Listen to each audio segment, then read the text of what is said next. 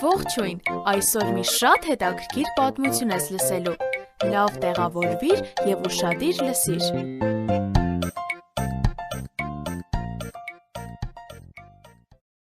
Երեք հարազատները անբաժան էին, ճանաչում ես նրանց, Մարթան լի գաղափարներով և միշտ շարժման մեջ, Մարիամը մի փոքր ամաչկոտ և լուռ, Ղազարոսը, երեքն էլ սիրում էին Հիսուսին։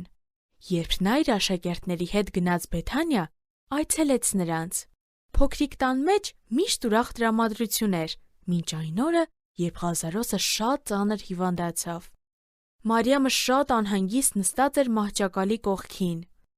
Իր հիվանդ եղբայրը հազիվ էր բառեր արտասանում։ Նա փակեց իր աչքերը։ Երբ Մարթան մտավ սենյակ և տեսավ եղբոր անգույն դեմքը, սարսափեց։ Մարիամ, այսպես չի կարող շարունակվել։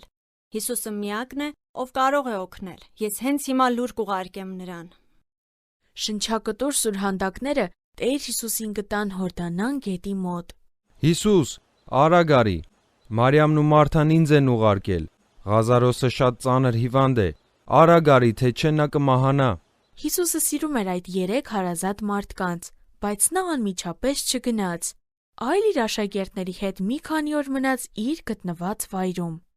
Եկեք, հիմա գնանք, Ղազարոսը քնած է, ես նրան կարթնացնեմ։ Եթե նա քնած է, ապա շուտով կապաքինվի։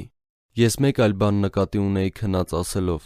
Ղազարոսը մահացել է։ Մահացել է։ Ես ուրախ եմ, որ այնտեղ չէի, քանի որ դրա պատճառով դուք կսովորեք ինձ հավատալ։ Աշակերտները չէին հասկանում, թե ինչ է կատարվում։ Ղազարոսը մահացած էր, իսկ Հիսուսն ուրախ էր։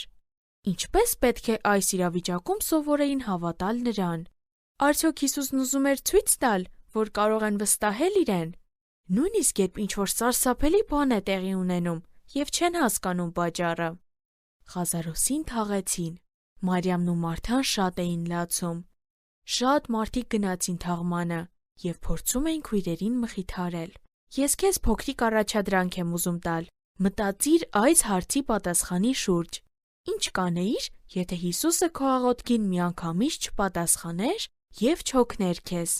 Ինչ կանեիր, եթե նա թույլ տար, որ ամենասարսափելի բանը տեղի ունենա քեզ հետ։ Կհավատայի՞ր, որ նա անկախ ամեն ինչից սիրում է քեզ։ Խնդրում եմ, մտածիր այս հարցերի շուրջ։ Եվ հիշիր, հաջորդ թողարկմանը պատմությունը շարունակվելու է։ Մեզ հետ կարող ես կապվել hypocric@gmail.com հասցեով։ Կրկնում եմ HAYPOQRIC@gmail.com Կհանդիպենք հաջորդ թողարկմանը։ Ձեզ հետ է և Նիկեն։